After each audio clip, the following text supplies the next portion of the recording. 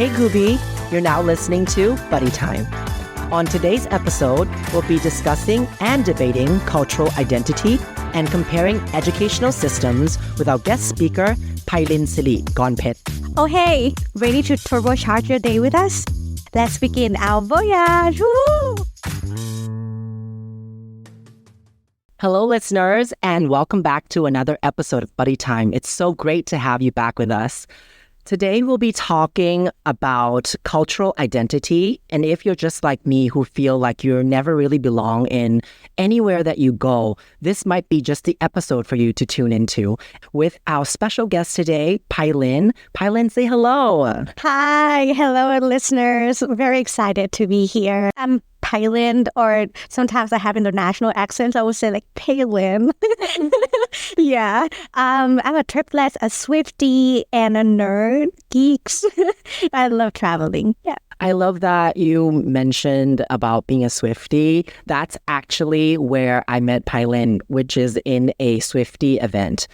Recently, I think in one of the past episodes, I did talk about how I hide a lot of my love for a lot of the things that I love in my life and not really showcase that. And then I slowly realized in my life that just be who you are and portray who you want to be to the world, and the people in the community that believes in the same thing as you and love the same people and the same thing as you will gravitate towards you. And I'm so glad and so grateful that I had the chance to take this brave step out of my own comfort zone and getting to meet Pailin in one of our Swiftie event in Bangkok. It was so random when we met though. Because I was like standing there and not knowing anybody aside from my friend that we went there. And so I saw Sonny like spotting there, and then he was like start dancing, and we just bumped into each other. And speaking of like that event, it wasn't a really great event. Not taking it like, in a shady way, but like out of the whole experience, I was so glad that I got a friend out of it. But other than that, that event was like, we're not gonna not naming names or anything. It's a myth. It was so expensive, and literally they just played Taylor Swift music and then just charged us, and I had a great time anyways, just dancing with the friends that I went with. How can you not love Taylor Swift, right? Right. So yeah, I wanted to I feel like after getting to know you, Pailin, a little bit through our chats online, I actually didn't meet you at all after that until the Pride Parade that we went on together, and we reconnected and we discussed a little bit about our interests and who we are. And you mentioned to me that you sometimes also feel perhaps misplaced in the society or the cultural and the environment that you're placed in, which I feel like I resonate with that a lot. And immediately I was like, I feel like this could be such a great topic for people to latch onto, because I feel like a lot of people can relate to who we are and what we go through. How do you feel about this? Do you want to elaborate on this particular way of how you feel? Yeah, sure. Because I'm a triplets, right? And I was born in 2000. It feels like so young, but I'm so old. The other day, someone called me P, and I felt like, oh shit, I'm so old. Yeah, so my parents, my mom, she sent me to a bilingual school growing up, and then we went, and then I was placed in a Thai middle school in some middle school near our house in the area, but then it was like English programmed. But growing up, I felt like my mom was so westernized to the point that we can speak our mind freely. And I have my stepdad who is British South African. That's how I learned English at the time, was young. And when I went to the school, it's with a Thai setting. I'm not saying like Thai school settings is not good or bad, but it has its own strengths and weaknesses, right? But because when you're in a Thai school, you cannot do certain things. First of all, I don't understand why do you have to cut your hair so short to your ears? But then at the time we were told to cut just 1 year and then you can grow your hair, which it doesn't make any sense. And I got bullied to in a Thai classroom, and I felt like I don't know what to do. And I was called by a peer in the classroom saying I'm a teacher pet. So I felt like, okay, I'm going to I cannot stay here any longer. So I have to find my own way to escape the bullies by finding scholarships to the US. It was an exchange program. So I went there and then I felt much better. Like thinking about it now, I would confront the bullies instead of, running away. But that's made me realize when I went to the US and I thought, oh, maybe I cannot fit in. I'm trying so hard. Like I'm trying to be an ABG, like a lot of stuff. But I don't know, I lost a sense of like identity there. That's how I starting to think about my cultural identities. Like where do I fit? Because when I was in Thai school, I don't fit in. And when I was in international school, I felt more comfortable. But when I went to a Thai university in the international program, it was a culture shock for me. So I'm like, oh, shit. Yeah. Why I'm so interested in your story as well, and how I find it so wonderfully peculiar is that like I feel like there's slight differences where I experience my own growing up and how I use this to understand your story is that you are Thai, born in Thailand, went to a Thai school, but then you experience a cultural misplaced feeling. But for me, I am Chinese and I was born in Thailand. I'm placed in a Thai school where at home we primarily speak Chinese. So from my own experiences, there is already a easy way to identify the differences in cultural displacement, I would say. But for you, it's not. And that's why I feel like it's so interesting that even within the same culture of people can bully someone to the fact that they would feel like they don't belong in that culture anymore. That is quite wowing to me to understand that. How old were you when you applied for the scholarship to go to America? I was 14. You were 14. Yeah, and because when I was in middle school, right, there's one teacher who changed my life, Mr. Robert. Challenge Mr. Robert. He teaches algebra, and he always encouraged us to raise our hands, which is like a strange concept to a Thai that you don't really speak in a classroom, right? And I was so close to him. And one day, that's when I got bullied in the class. Like, are you a teacher's pet? You're trying so hard. So I'm like, okay, I need to go out. Like, I need to leave from here. And there's a lot of time where I try to speak English because I express myself better in that way. And people will call me like gade in Thai, right? Like, why are you so gade? And I feel like why people have to judge in the bigger society, right? When you feel comfortable in your own zones. I think it's interesting that like what Sony said, you're Thai, you grew up here, putting aside your westernized experience with your family, basically you're in a pretty Thai, setup context. So, but then because you grow up with a family that is more open, westernized, so to me, how I'm seeing it is your growth, like your life is simultaneously being put into different culture. So when you're home with your family, you're like, I'm in a very open westernized culture.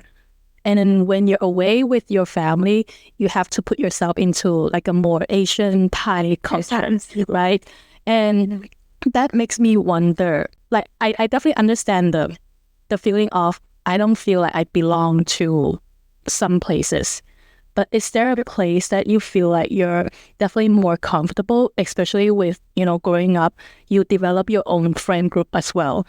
Like what kind of friend group do you usually lean more towards to? Because you also mentioned that you're more comfortable with speaking English, but then if you are usually in a Thai setting, you'll only see more Thai friends, which also brings up to another question of mine, which is, I also understand people is like, Gadan, like you're an Asian, you're a Thai, why do you act like you speak like fluent English? Are you trying to pretend that you're better or anything like that? I had that experience too, like back then. But yeah, so I'm like, it's speaking language is sometimes it's just a form of expression. It helps us express certain things better. But it doesn't mean that we are trying to pretend to be someone else, right? So yeah, like how do you feel about which friend group, where do you feel more comfortable? I remember trying to find like an outcast like me to be together. But at the time, it was the time where I think Western media, like American media, has been very popular. Like you have One Direction, you have Taylor Swift at the time. That's when I found out like, oh, okay, I can relate to Taylor Swift. Like find some friend who listening to Taylor Swift. We would talk about it, write our story, write short story, poetry.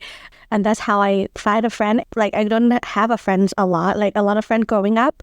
But I think in some sense you have to find some people who can relate to you in a sense. And then you just go with them and figuring things out together. It's kind of sad though, being in a Thai school where people tends to be in a group, like a collective way. And that's how people start to debate like which one is better, like individualism or collectivism. And I'm like, I find strength in both fields. Because for example, when you're in America, you have a group of friends too, but in some sense you feel a bit lonely because people still have their own individualistic sense in themselves, and even though you befriend with them, you're not so sure that you are like actual friends, or we're just hanging out because we have certain similarities, we just happen to be in the same class, so we are a group of friends. In terms of the comparison between the 1 year that you're in America and the years that you were in Thailand,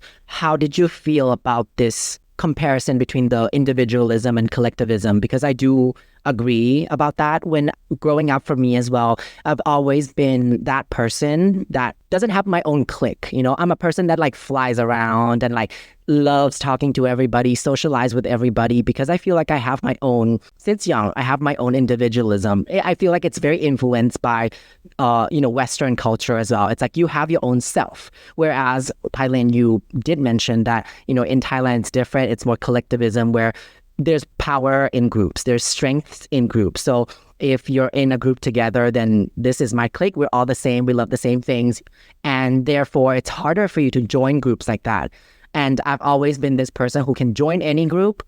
And therefore, if I'm friends with every group views me as an enemy, the public enemy number one, right? They're like, oh, you're fitting with that person. But this is also a more of like a childish mentality. We're talking about being young as well, right? And how like people are like, oh, if we tell you the secrets in our group, then you're going to tell the other group about our secrets. So you can't be friends with us. And so with that said, how did you feel about, when you decided you had to get out of here and then you got that scholarship, you went to the US and then you experienced a very different society, a different way of how the community is built there?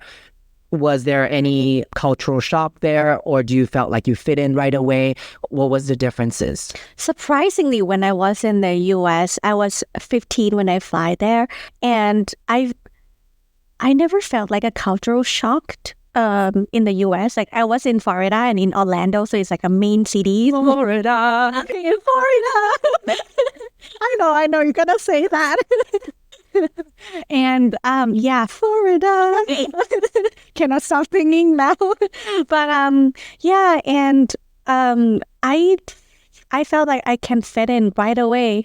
And I wasn't felt like a minority because in our school, in my school in Florida, we have a lot of Asian kids. So I felt like, oh, I'm not a minority compared to other people who went to other states in a rural area where you're just an Asian amongst like white people like that. So would you say that most of the people that you hung out with when you were in Florida were Asian? Yeah, more like Asians. But I realized that I had an experience in microaggression. Like people would touch my hair and was like, oh, you look so exotic. Like that. Yeah.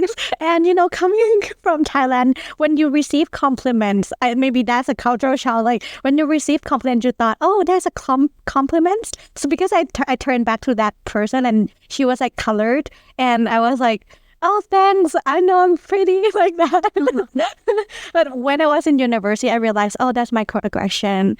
But there's a time when I just feel that, oh, maybe I'm not too Thai, because people would ask you, where are you from? I'm like, okay, I don't know if I should say yes, I come from Thailand. I don't know a lot of like Thai culture, so I don't know where to position myself. I don't know. I'm not too American. I'm not even American. I'm not Thai. I'm not like, so I would say I'm a global citizen. This to me, sometimes I would say that it's on the cusp of being like a trigger question for me. Where are you from? I know that people don't mean any harm when they ask that question, but when you first get to meet someone, sometimes that's what people want to know because they want to know how to appropriate themselves and towards you, right? So people would ask like, where are you from? And then to me, I have the same like reaction. I'm like, where am I from? Because when I say that I'm from Thailand, people are like, but you don't look Thai. I'm like, then my next question would be like, then where do I look like I'm from, right? Like I will ask them that question back because technically I am Taiwanese, but I don't feel Taiwanese because I've never really lived for a long period of time in Taiwan to call myself Taiwanese. And when I'm in Taiwan, I feel like I'm a foreigner. And then when I'm in Taiwan, people would also be like, oh, you have this, they call it ABC accent. Yeah, like American-born Chinese accent. And they're like, oh, you have this like Western Chinese accent. Like definitely you're not from here. So where are you from? And then they would ask me that. So Thailand. Like sweaty. Yeah, like sweating. I'm like, Thailand. But then at the same time, like if people were to tell me to write an essay in Thai, that's another question that we can talk about. How do we dictate someone's where they from? What is the criteria of being from where you think you're from? Because if you ask me, am I Thai? I can't write an essay in Thai. I will have trouble like writing a whole essay in Thai. I feel like, does that mean that I am not Thai? Like, that's really, really difficult. Which makes me also, I don't think I've ever asked Sin this question. Like, where are you from, Sin? Like, do you get this question a lot as well? Yeah, I think I feel the same as both of you for sure. We all consider ourselves as TCK, right? The culture kid. Yeah. So definitely experience that question quite a lot too.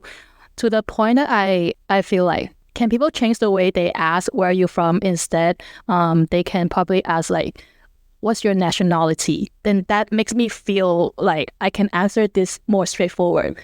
If you ask me, what's your nationality? Then I'll be like, yeah, I'm Chinese because my passport, my, all the legal document is written as Chinese.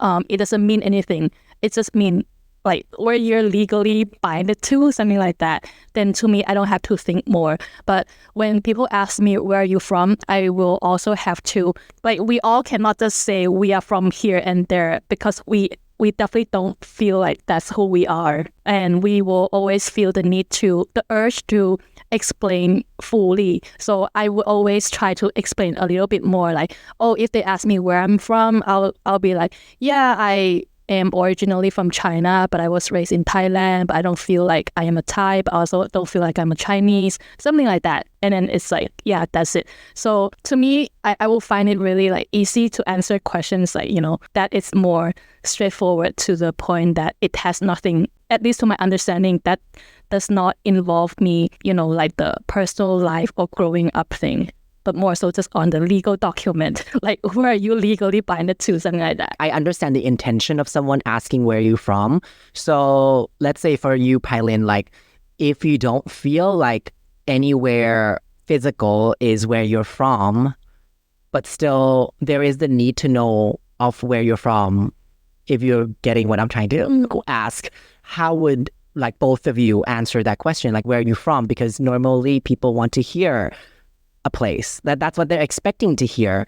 But I myself, actually, there is a place that I feel like I could say where I'm from, but then at the same time, it's not where I'm from, but I feel most comfortable there. For example, I've lived a big chunk of my life in Canada. Sometimes for me, I feel like the place where I don't belong the most is the place that I belong.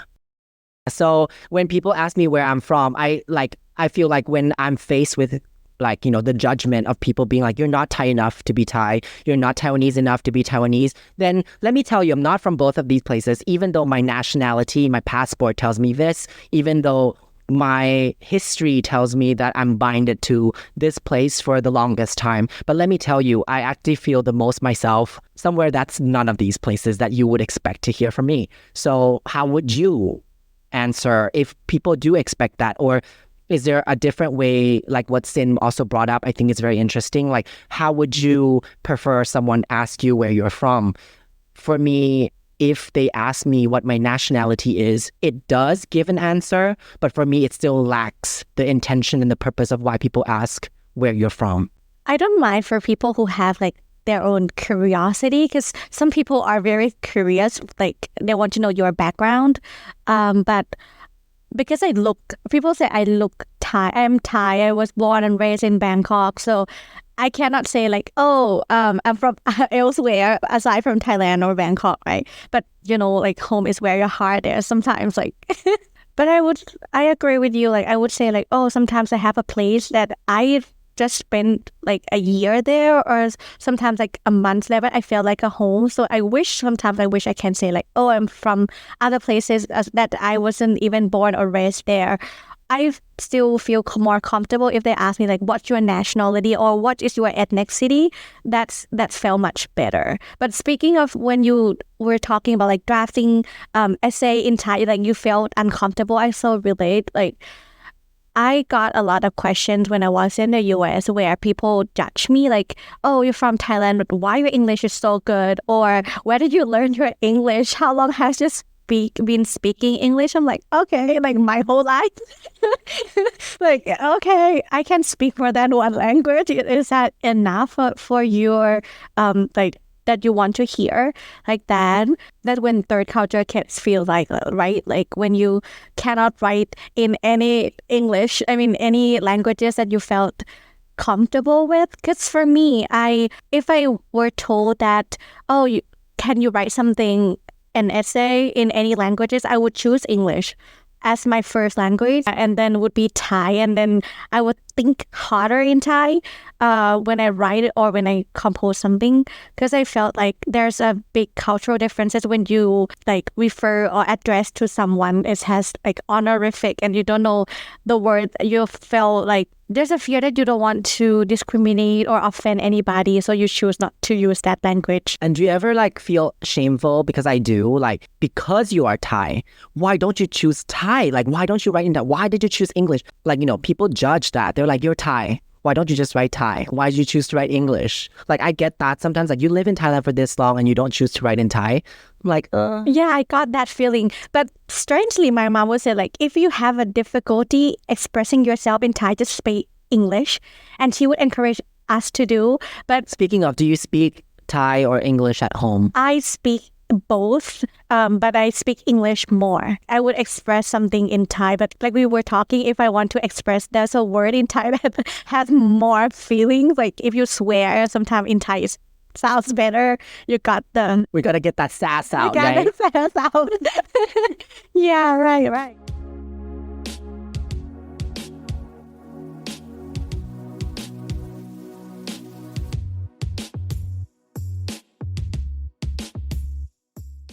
Do you speak English or Thai to your siblings? I speak Thai more, but with my brother, I speak more Thai, and my sister would be both, like English and Thai equally. Hearing all of our story, I'm almost seeing this is exactly how our identity is being formed, which is really through, well, not just environment, but through the people around us, parents, family, friends, school, your everyday life. It's not really where you're at, but more so the things that's happening around you that help develop your belief, right? Because, like, for example, Pailin, your nationality is Thai, you're Thai, but then you're so westernized in a way that you would feel better in speaking English. You would feel maybe more free when you're in Florida. You didn't get that kind of feeling, I'm assuming, over here, right? The same with, I believe the same with Sony as well, and even myself, like reflecting myself when I used to spend around 2 years in Hong Kong. Like, even though I am like a Cantonese Chinese, growing up in Thailand, okay, I definitely developed some kind of connection. But then back then I've always wanted to also explore, what living in China or like in Hong Kong, it feels like, especially like for like Cantonese. I want to be in an environment where I can engage with a lot of the Cantonese because I really love Cantonese culture too. But when I went back to live in Hong Kong, to me, I definitely experienced a huge, I'm not sure if I should consider this as culture shock, but it's definitely a huge change, a difference to me, which is in Thailand, the lifestyle here is pretty chill, sabai, but everything in Hong Kong is very fast-paced. Like even for students, especially like college, university students, the competition is so high. Like you feel really stressful almost every day. People are working very productively, effectively, efficiently, as if you're like, even during lunch, people finish their lunch so fast while I'm still enjoying my lunch. They're like done. So I'm like, okay, so I have to develop myself to fit the peer over there, right? But then I still didn't feel like, after some time, I thought, oh, okay, so this is how it is living in Hong Kong. But then after Hong Kong, I also moved to Northern Ireland, a more like European place. Like immediately, I feel like, I think I got the same feeling as what Sony described himself when what he felt towards Canada. Immediately, I'm like, oh, okay, I really like this place, even though I don't feel like I belong to this place. But it's the sense of, I would say, maybe sense of freedom or the familiarity of how my mind thinks this is what life should be, right? Even for Pailin, I feel like you probably felt more free when you were in Florida, is because growing up, we were sort of like given the knowledge that this is who we are. We like to experience this kind of freedom or this kind of feeling, not being judged, being able to express freely. But in this context, let's say in most Asian countries, we're not able to really get that in a very natural way. But once we were put in a place where these kind of, thoughts are very normal over there, it's just a normal thing for them. Of course, we would be like, okay, it's not our physical body that makes us belong there, but it's what's inside us. It's like your soul, your mind. Yeah. So that's how I feel like maybe it's exactly what identity formation is like. I have a question after hearing what Sin said, but this is not for us. This is just for the general listeners. If you'd like to give us an answer on your end, if you listen to this episode and have an answer for that, please let us know. So for me, I feel like we feel like our examples are all us going to the Western countries and feeling like, oh, going away from home is where we feel more comfortable. Perhaps it's because there's no judgment there in some ways of like our people judging us, and then we feel like that. But do you, people who live in America or Europe, in the Western countries, do you also feel the same way? If you were to come to Thailand or come to Asia, do you have the same experiences? So that's just something that I'm curious about, because I hear a lot of stories of all the friends around me who was raised in a more, collectivism, that Asian way of raising kids, the cultural norms of doing that. And individualism is more of we're talking more into the psychology of things now, right?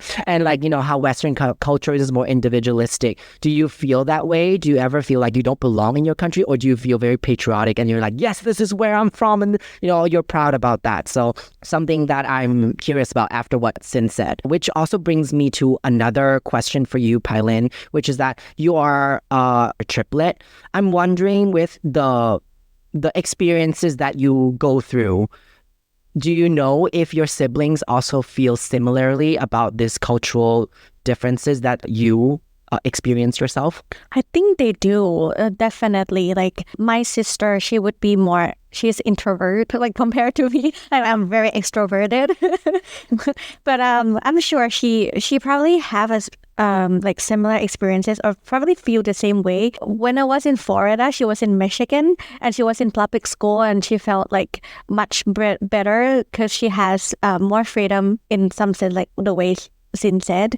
But sure, when we were in middle school, we were felt like so unhappy in a Thai setting because you cannot be yourself. Even though when we were in America, I felt like you have some authority that you feel like, oh, there's no judgment if you do anything. Well, there's a judgment in certain extent, but there's a boundary when it comes to judgment, right? People have more freedom of expression, or they can speak their mind more freely than Thailand. And I think because in just Asian country in general, where people are not encouraged to speak up, and that's when I realized I was born differently, because I realized that, my mom took me to a child psychologist when I was 6th grade.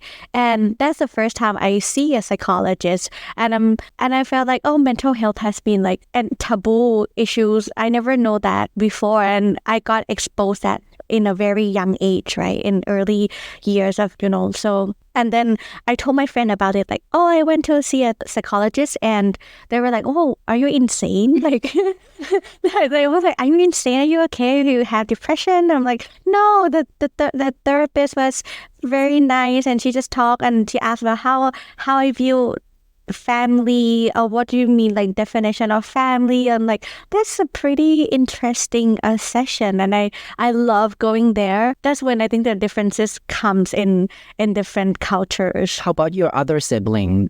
Did they also go to America? My brother didn't, but he spent his summer camp in New Zealand before, a 2 months camp. But he said because he was in a boarding school for his whole life, so he was like, I would love to stay home. He more Thai that way.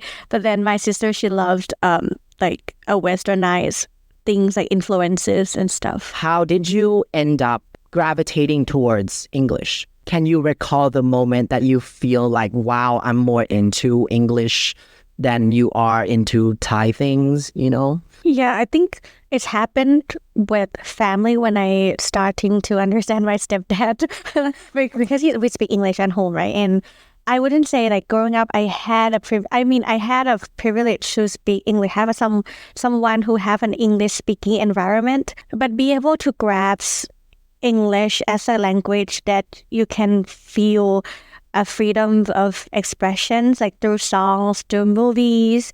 There's something in English that I felt like this is a language that I can express on, but maybe because I'm not familiar with Thai honorific, and because of the media, even maybe it's come from personal preferences that I tend to consume more American media than Thai. That's why I gravitate everything in English. Yeah, and then for example, through music, I met Taylor, I know Taylor Swift songs when I was in middle school, and I felt like the way her song is written, I can feel it resonates with me.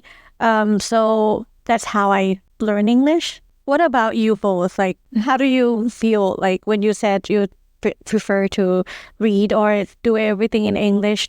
How do you find yourself discovered that, okay, this is a language I'm going to be used, or For me, it's very simple, because I was pushed into an environment where I was made to speak English. So it was a goal. It was a goal in life that's you need to know English for the future, so go study this, sort of like that. So it's not I watched a movie in a Western movie, let's say, and I'm like, oh, I'm really into Western movies, and then I attach myself to it.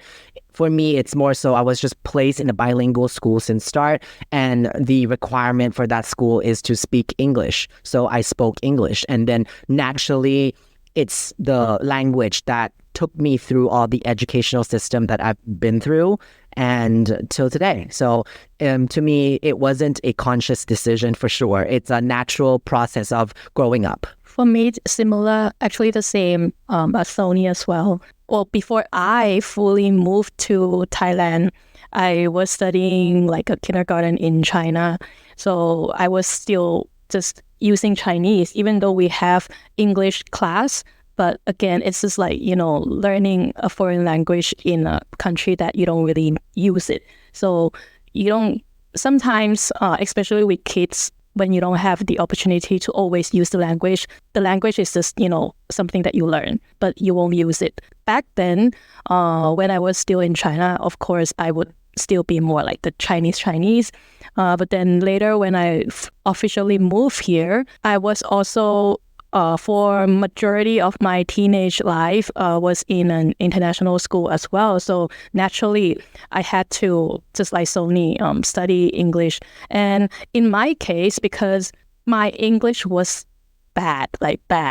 So when I interview with the school, I couldn't go to the grade that I was supposed to be in because my English was so bad. They downgraded me. Yeah. So, but there's nothing I can do. I have to study English. So every day in the kind of environment where English is just the main language. In our school, we even had this rule, I'm not sure if they still have it, which is you're not allowed to speak any other language. If you do, you get punished. You get a demerit. No, like you'll be fined, like a 20 baht. Yeah, so a capitalist. I mean, in a way, it's good, right? So it forces, because I understand why the school back then they had this rule, because they realized that too many students are speaking in their own language and they're not improving their English. Yeah, there's a good side to it. So yeah, and to me, like I was forced to improve the English, and then later on, when my English got better, then I skipped my grade back to where I was supposed to be. And just naturally, because when you're put in those kind of American education system, of course, like the things that put into our brain is more like the American people. This can be another interesting topic too. People talk about educational system, what's the effect of the right kind, appropriate educational system to the kids, right? To me, I see it that way too. Why I feel like I'm more westernized or why I'm more open. This kind of personality or characteristic to me is definitely developed during my teenage life in an international school that has an American educational system. That was my question. Like, I'm going to ask you both now. Oh, now I'm an interviewer. Before that, stay tuned to our episode talking about the differences between American system and British system. Because that's what I went through. So we can debate on that. Stay tuned, everybody. Because I grew up watching Harry Potter, and I feel like British are more sophisticated. I'm not talking about like American. I'm not sophisticated like British, but British has like its own class in it. Like, I feel like a royalties in that way. But my question was, do you think because you felt like you are more westernized because of the education that informed your decision? Like for example, when you're in Thai school, right? The way that the pedagogical approach is that they don't really ask a lot of questions for the student to think about the questions. Whereas in the international system, all the questions we are encouraged to do a lot of essays, writing, asking a lot of questions. What do you think about X subjects like that? So that make you feel like, oh, I have the ability to express myself, unlike Thai students or Thai kids where they felt like, oh, I'm not sure if I allow to talk about this because I never felt encouraged before. I feel like on that note, maybe, Pailin, you can share a little bit more about how the Thai system might work, because I didn't go through a particularly Thai system growing up, but I can pull references from, let's say, American system versus the British system. So I studied British system growing up and all these things, and I prefer British system because British system allowed me to analyze a lot more on the things that I have to be tested on. The British system, in my opinion, the questions that they ask us and the way I've been taught is that you need to write like full sentences, replies, or like, they'll give you a question and then you have to like think about it and then write long sentences explaining your decision on your answer. Whereas the American that I know of, because I took like SATs, they don't have an essay format most of the time. It's all multiple choice questions. So it's just like this question and then A, B, C, or D, and then you choose one. To me, if you've already presented an answer in front of people that they can just choose from, they can use an elimination method. Then they can use their logic to think about the answer. Whereas growing up in a British system, the more you write, the better. So, when I was young, I used to write a lot more than the answer. Like, let's say, how the teachers would teach you, like 2-point question, you write 2 points so that the examiners can just be like, tick, tick, there's 2 there. So you give 2 points, right? But then the technique when I do it is I'll give like 3-4 points. I'll give you a lot of points for you to choose from. And that's, to me, a way to cheat the British system as well, because you give so many answers and one of them might be correct. Like, it's got to be correct in there somewhere. So I end up like writing a lot. But then that allowed me to reflect a lot on the knowledge that I have, on the things that I learn. So for me, I can pull from that comparison. Not sure in the Thai system how that is, but growing up, knowing the people around me who went through it, I can only say that I know that in Thailand, most of the time, it's just memorization. It's like, this is your textbook, read it, memorize it, and then answer what the textbook says. So in a way, to me, that is how I see it. And then that's why I guess your question makes sense, like how Thai people growing up in the Thai system, they grow up memorizing rather than using critical thinking. So therefore, we experience, or I experience this a lot in like working with Thai people in general. Sometimes when it's outside of what they know, they just have a computing error in the way they react. So in a way, I feel like this system doesn't really teach people to be problem solvers. And that is a very big issue for me because let's say, just going to order something and then it's not within, like you go out of their order and ask, oh, can I do it in this way instead? Because your promotion said this and that. And then it's not the way it's systemized. And then they're just like, and then their reply would just be, ไม่ได้ค่ะ like just, I cannot. So to me, that's my own experience of how perhaps the system has affected and showcased itself in this particular way, manifested itself in this way in society. In my opinion, education system, it reflects a country's, what do you call it? Like, not just Thailand, right? If we're talking about like conservativeness or the way like Pailin you describe in the school, teacher will just, teach you certain thing and then the student will just have to follow. Whereas in the more, let's say, European Western culture, it's the opposite. To me, how I see it is these two different type of education system.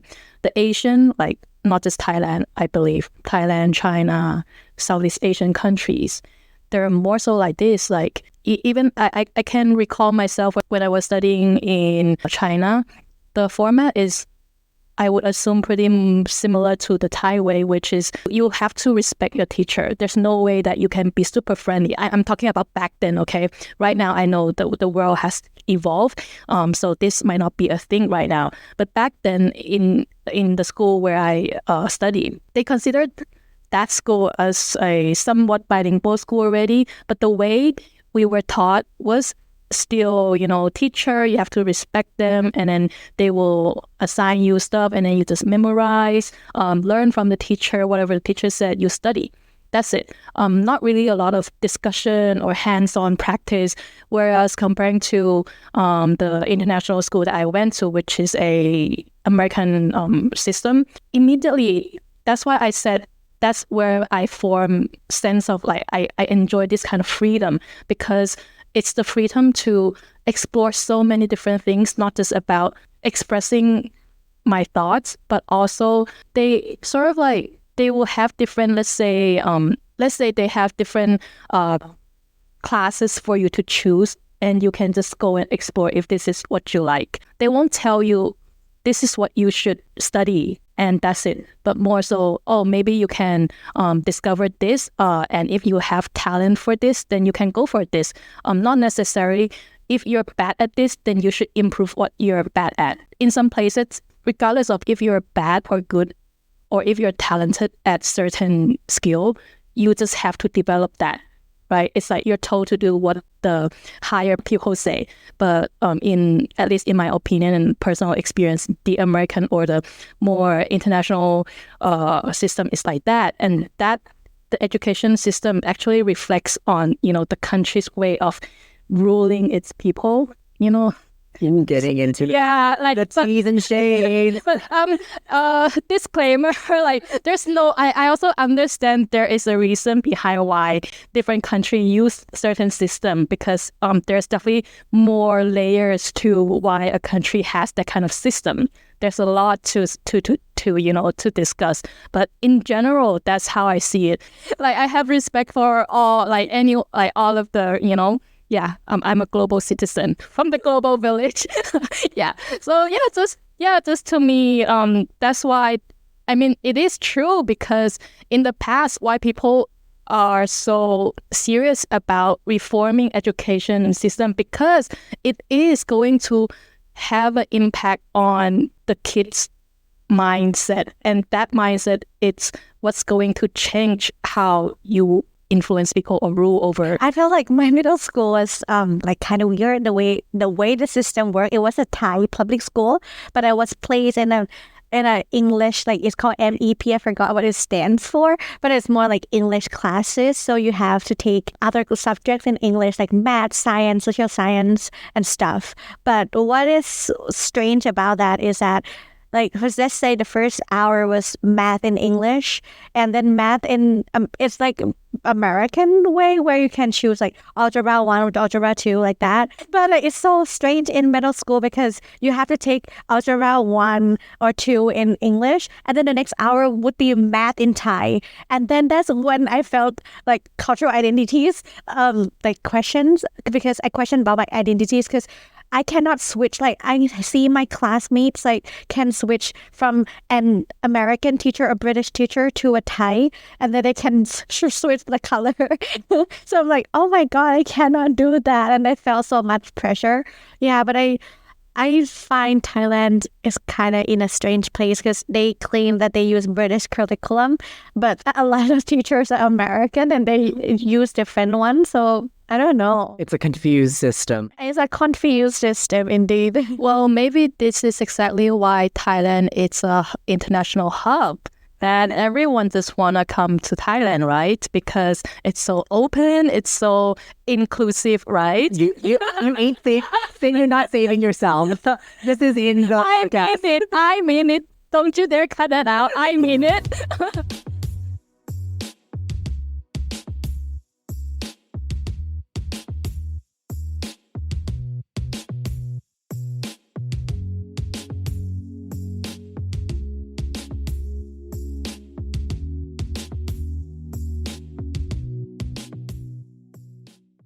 With all that's been said as well, I'm curious to where you are now in your life. How do you feel within your life currently? Do you still feel like within the community that you're facing, the people that you're interacting from a day-to-day basis, do you still feel like this is something within the society of Thailand that you feel like you're misplaced? I do. I do, because at work, finally we have like my work right now, we have a lot of Gen Zs. I used to be the first Gen Z, but I never felt like a generation gap, because I think I have a gift in like fitting in with other people. I don't feel the ageism in there, but when they make Thai jokes, I don't get a lot of Thai jokes, and I felt pressure and guilty when I ask them, like when I stare and it's blank in there, nobody's behind my eyes, and then they have to explain Thai jokes, and which it turns like it's not funny anymore, right? And I felt guilty that they have to explain the jokes. So that's when I started to feel misplaced. Like if they make English joke or international ones, I would get more. If I felt like misplaced, I do have some days when I was like getting up and I felt like, oh, maybe I don't belong here, and I'm trying my best to feel belong, but I don't know. So I'm just like, fake it till you make it. Back to the really, to me, is a cliche thing, but like home is where your heart is. That it's also relating to belongingness, right? What's your definition of where do you belong, actually? Because to me, how I see, I mean, after all this year, my definition of home or belongingness is not a place, but more so where I feel comfortable at, and that it's relating to the people around me, which is the community. So to me, if I'm to ask my own question, where do you feel your belongingness, or what's the definition of belonging? To me, is being comfortable of who you are with the right group of people, no matter where you are. Then this is how I would say that, yeah, like this is just, yeah, where my home is, right? How about for both of you? Well, for me, I am an anomaly.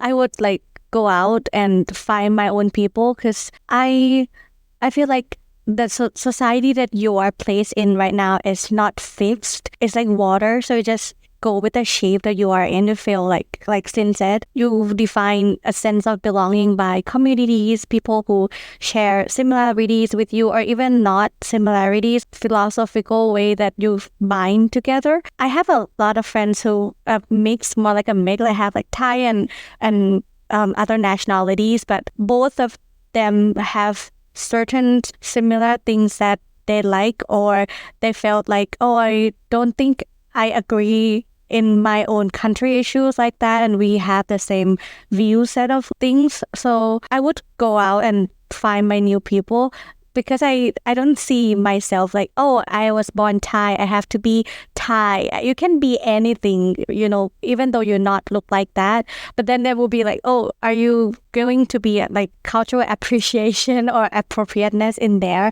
which is a different topic too, right? And like if you have or you believe in something, can you assimilate in that culture even though you're not born there? Can you, like, if you're a Westerner, can you feel like, oh, I can say I'm a Thai because I see a lot of Thai values? Can I consider myself as Thai? Stuff like that. I feel like we're also sort of touching upon a very like deep discussion concept of labeling, right? Like sort of like in our current world, I believe that we seek no labels, but at the same time need labels, because without labels, we don't really know how to appropriate things. Like, let's take pronouns as an example, right? It's like pronouns is sort of like a labeling. Like I'm labeling myself as he, him. Therefore, if you use something else, it's going to be a mismatch to my brand.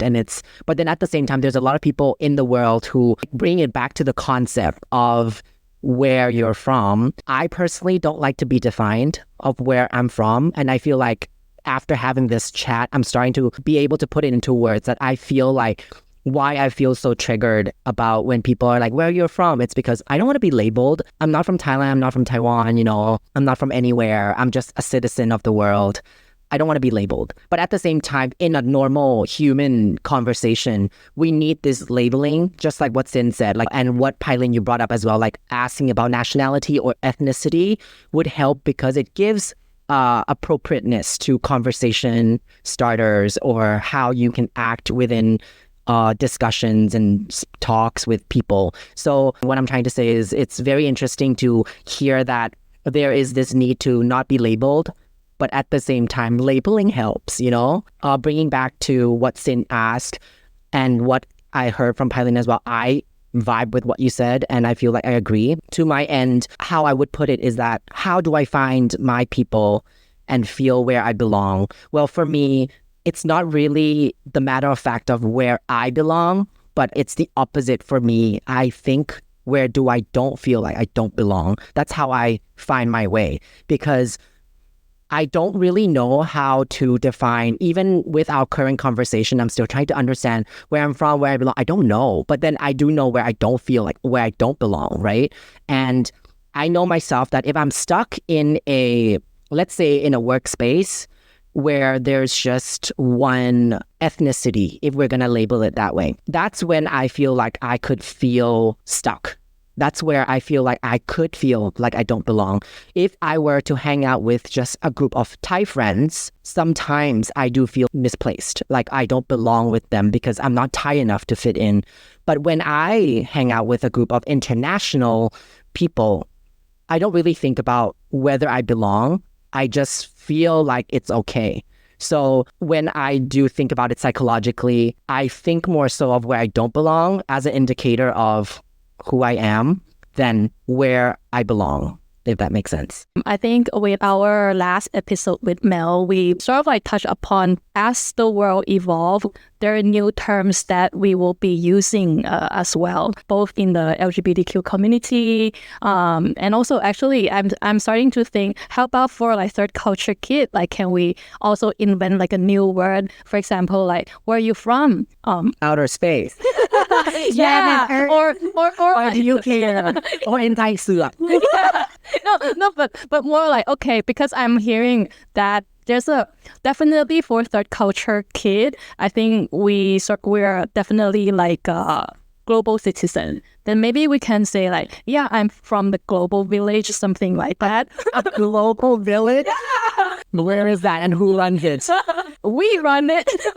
And also back to like a little sidetrack, because Sony mentioned about conversation, right?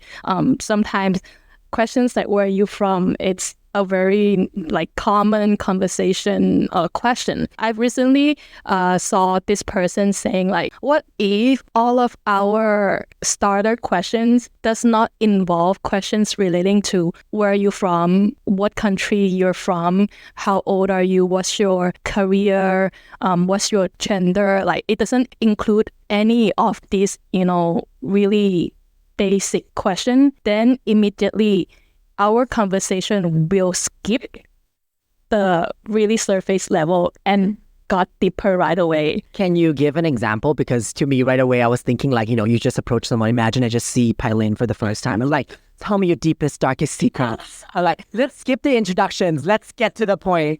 I think it's more so like a game, right? So the game, let's say three of us, we just met each other, and then we cannot ask like, oh, hi, what's your name? Where are you from? We cannot ask questions like this, but more like, please introduce yourself.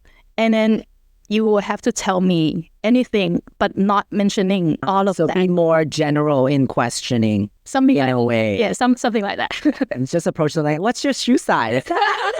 Yeah, that's interesting, because I have a similar like scenarios, because I have like Sani say, when you feel comfortable when you go out with your international friends and you don't psychologically think like, oh, how do I fit in? Like, I just feel like this is the vibe that I'm vibing with. That's starting to make myself like have a same question, because I have an Indonesian friends who happen to be more Thai than I am, and we label our group that our group is a fake Thai, and they will call me like, you are a fake Thai, you don't know anything. Like, when they ask me where should I travel, or do you have any places for recommendations, and I would be like, oh, I never been there. Shit, I'm not Thai anymore. Like, you're more Thai than I am. You've been to other places that I've never been, and I'm Thai, and I felt like, oh, this is such a shame. I was like that, and I felt like, oh, I feel so guilty, but at the same time, I'm not guilty. I'm like, okay, I'm exploring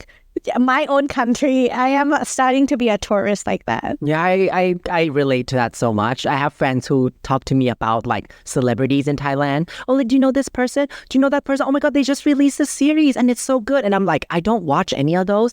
I don't know any of the celebrities. Like, ethnically, they're not Thai as well. So it makes me feel like, damn, like, that's shameful, Sony. Get your shit together. Leading up to this point of the conversation, I want to wrap this up and like take some notes from what we've been discussing throughout this whole thing. For listeners who might be going through something that we've gone through, feeling misplaced, feeling like there's a cultural clash in their own identity when they're growing up, what are some of your recommendations in terms of how you would deal if you were able to go back and like fix it, or let's not say fix it, but like go back to change anything, or recommendations to them? What would you suggest the new kids growing up how to deal with this feeling? Well, this is just my own opinion. To the new gens or the new souls, as how I would like to call the new people nowadays, in terms of feeling who we are, where we belong, is to speak up, voice up of your own feeling, because voicing our internal thoughts or feelings not only help ourselves understand what we're feeling right now, but also help the people around you to know that this is what you are feeling, and for them to decide how they should respect you or treat you, whether they want to treat you nicely or not. That's, other people's thing to do. But do it for yourself, that if you don't feel good about certain thing, voice up. Like, you don't have to be aggressive about it. Just say, oh, I'm not feeling good with what you said, or I don't think I feel good with this kind of discussion. Maybe I'll take a break from here, stuff like that. Just voice it out. It will help yourself and the others too. I think that is the first step to understand yourself and help other people understand you too. Well, for me, I have a similar views, but then I would approach it differently. I would probably ask the question back before I answer, are you curious about my own ethnicities, or here's my background, and trying to be more open and just tell them please don't judge me, but this is how I feel. This is a disclaimer, because sometimes when you open up to someone and they start okay, we have bias, unconscious bias, and I think that's when you need to tell people hey, don't judge me first. I'm also figuring things out, who am I, and what's my identities, because there's so many label, and we were discussing about labeling. Not labeling is part of being labeled, right? So just speak your voice and trying to channel what you feels out, and let's have a discussions. That's when the first start, okay, how are we going to approach things from now on with being respect to each other? Well, now that I think of it, I feel like this particular topic has a lot of layers to it, especially at this day and age. Now that I'm reflecting it, I feel like why it is a growing concern is also because of how growing globalization of everything, how cultures are now mixing and people are everywhere. You can find every sort of food, every sort of culture, every sort of religion, every sort of sexuality, anywhere in the world, everywhere in the world. And that becomes very mixed up. And then sometimes I feel like this phenomenon is diluting a lot of the original things that are living in that zone, and there's changing a lot of things. So what I'm trying to get at is that people start to want to know more about all of these things, and it becomes important because we all are in the journey of discovering who we are in our life, and labeling ourselves can help us discover ourselves. And for some people, it sounds easier said than done, and I just realized the complexities of the question that I've asked now that I think of it. Because of the age as well, if we were to recommend someone who's younger, I feel like sometimes the intellectual capabilities at that age might not be as high, so we don't know. And you gotta let kids go through what they need to go through to figure themselves out. In one retrospect in my head. But another retrospect in my head, I'm thinking it's we should just believe in who we are and what we want to be in this world, be whoever, because at the end of the day, going back to the very first thing of how I got to know Pailin is also because I decided to be myself a little bit more. And that's how I came to meet you. Basically, this is sort of like a full circle. Where do we belong, where we're from, our identity? I feel like it comes from just being confident in who we are.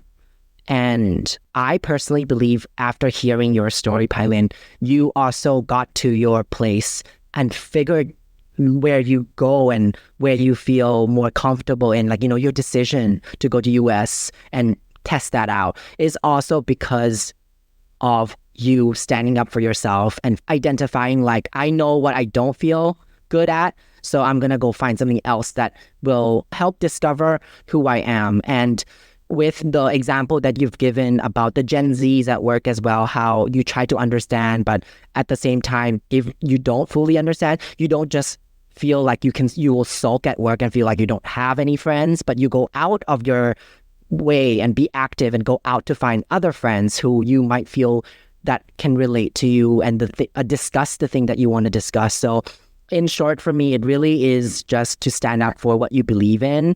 And, at that age, it might be very, very tough, right? We all have to go through things that we have to go through. But if you're going through that right now, whatever age you're in, I feel like this suggestion or thought that I also just came up with could be helpful, that just be who you are, because I've personally found a lot of great things through just believing in the things that I believe in. Even though I still don't know where I'm from, I have belief in what's right, for myself. Beautiful said. Thank you. It's beautiful said. Like, I know identity is a polemic discussion. Like, it's a multi layer, faceted layers. So yeah, just trust the process, trust what you believed in, and just go with the flow. I still believe that there's no one man on earth. So you will find your own people, even though there's something that you probably bind to. And that's when you start creating and form your own communities. I feel like this is one of the episodes that I feel like there's just never enough things to say. And perhaps it's also because you, Pailin, bring up so many points for us to discuss. Not so much so just discuss, but you challenge me, and it feels a lot like a debate. Like we're talking a lot about all these political issues, but at the same time, personal issues and cultural issues. There's so many things that we've brought up in this episode. There's so many things that in the future we can explore and expand upon. So with that said as well, I wish the episodes can be 2 hours. And this perhaps can also be another question to the listeners. If our episodes are a lot longer, would you listen? Let us know in the comments. Yeah, and Pailin, thank you so much for spending your precious weekend in coming here and recording this episode with us. I really appreciate hearing your journeys and your experiences growing up and sharing. I would say that to many, this is a very private part of their lives as well, right? Like, it's our story. And for you to grace us with your story is such an honor to hear that. I'm so sure that someone out there would also relate to all the stories that Sin and I and you, we all share in this episode. Thank you so much. Thank you for having me. Thank you for coming. Yay.